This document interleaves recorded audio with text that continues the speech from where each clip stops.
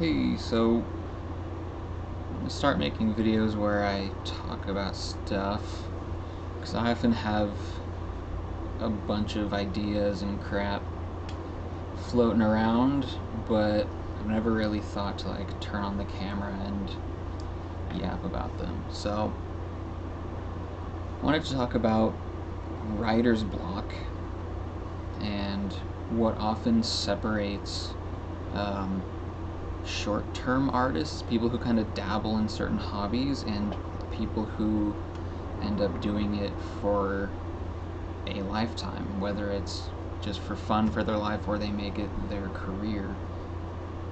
And I think one of the major factors is that writer's block is completely unavoidable, and I think a lot of people mistake it for them just falling out of the hobby, or oftentimes people will be into something when they're younger and it comes very naturally to them, and when they get into their 30s and onward, they just say, well, I just can't really do it like I used to. And I often think that, um, but the fact is, you have to care about your art enough to literally just disregard, not put up with writer's block. And that's not to say that it doesn't happen. Like I said, as you get older, it happens more and more. But all that means is that I will sit with my instrument or my computer and I will bang my head against the wall for longer and longer until I get something I can work with. I'm like a miner that is chipping away at the rock because I found gold before, and so I want to find it again, and I become more and more desperate, and I will just never stop chipping. And I've had periods in my life where I went almost a year or more where in that year I didn't make a single thing that I thought was good, despite every day opening my DAW at least once. And it turned out during that time period I was really beating a dead horse. For years wanted to kind of jump on the minimal house, Boris Brejcha type stuff, and I've never really been suited to do that. I've made some pretty good EDM in the past, but my workflow was so horrible that it was never going to be sustainable. I could spend 200 hours on a song and it would come out, kind of similar to a Skrillex song or something like that. But as far as becoming an artist that repeatedly pumps out tracks like that, it was not going to be sustainable. And so basically, back to writer's block, I wasn't playing to my strengths, and my strengths have always been composing and not so much production. And as I've gotten older, I don't feel the natural spark of composing that I used to. Uh, from the time I was 16 to 24, I had to fend off ideas because I had too many. I could be at work, I was a dishwasher for a while. There'd be times I would come up with ideas while I was washing dishes, and I would come home and I would make them. Basically structural ideas of chords and then melodies to go on top of it, because I could just do that in my head and not just do it, but it would do it itself. And there were times when I would be in public and I'd be oh, why did this idea have to just hit me now? Because I'm not in a place to use it. I hope I remember it. And as I've gotten older, I don't really have that as much anymore. So again, but I refuse to let it go for whatever reason.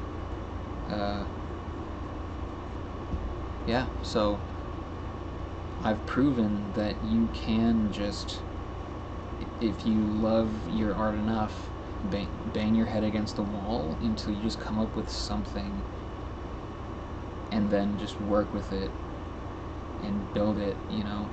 I have to work 3 times as hard to come up with musical ideas as I did when I was like 20.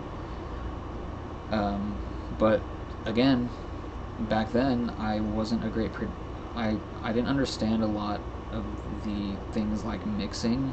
I didn't gain the ear for mixing until recently, until I was like 27 or 8. Like, I didn't really get it. I just wanted to kind of like blast my music in my headphones and like have fun making it. And I never really cared to look into like mixing and mastering and how to really do things right. Despite that, I did come up with some stuff that works. But again, I didn't have the ear or the equipment to really know what was going on in like the lower regions of like bass and sub bass. For all I know, I think a lot of my kicks were way too long. Like, I never shortened them. But anyway, yeah, just going back to writer's block. Writer's block could be a result of you beating a dead horse.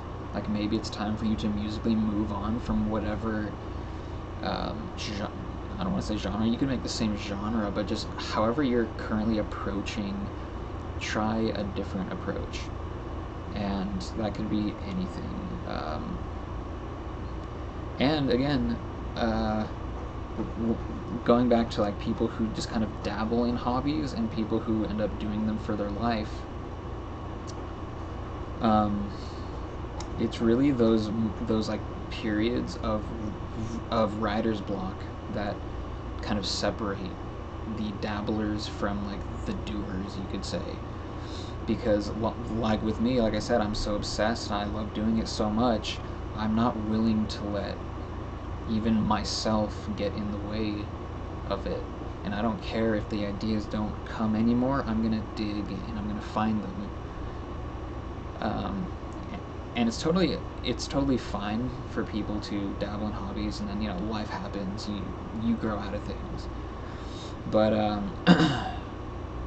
yeah, I mean, if you really love what you do and you're having a period of writer's block, you can always just keep going. Keep trying what you've been trying, or just try something different. Try something you think won't work just for the hell of it. I saw a TED Talk. I don't remember what it is. Maybe I'll link it in the description. But it was a girl talking about like engineering, like mechanics, like machines and things. And her whole TED Talk was stop trying to make machines and things like that will help people. And at first that seems weird, which makes the title very clickbaity, although it's not clickbait. Because what she was saying was, if you're an engineer and you're building things, try building things that won't accomplish anything. Just build random things, because in doing that, you're actually going to discover ideas that you will then later be able to use, and they are ideas you never would have thought of. Because again, it's always like, oh, I need to do this, I need it to do it this certain way, and I need it to accomplish this certain thing. And in literally like this, you're missing everything else. So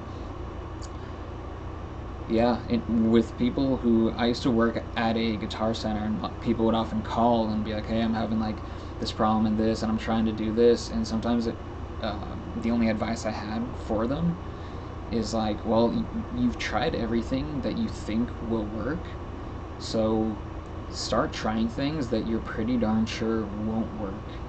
Because even if you're right and they don't work, you're going to discover little tidbits of this and that, and over the course of you doing things like that, you're going to gain these little grains of sand of knowledge that will kind of expand what you do later. So I'm gonna stop there. Yeah, I just wanted to talk about writer's block.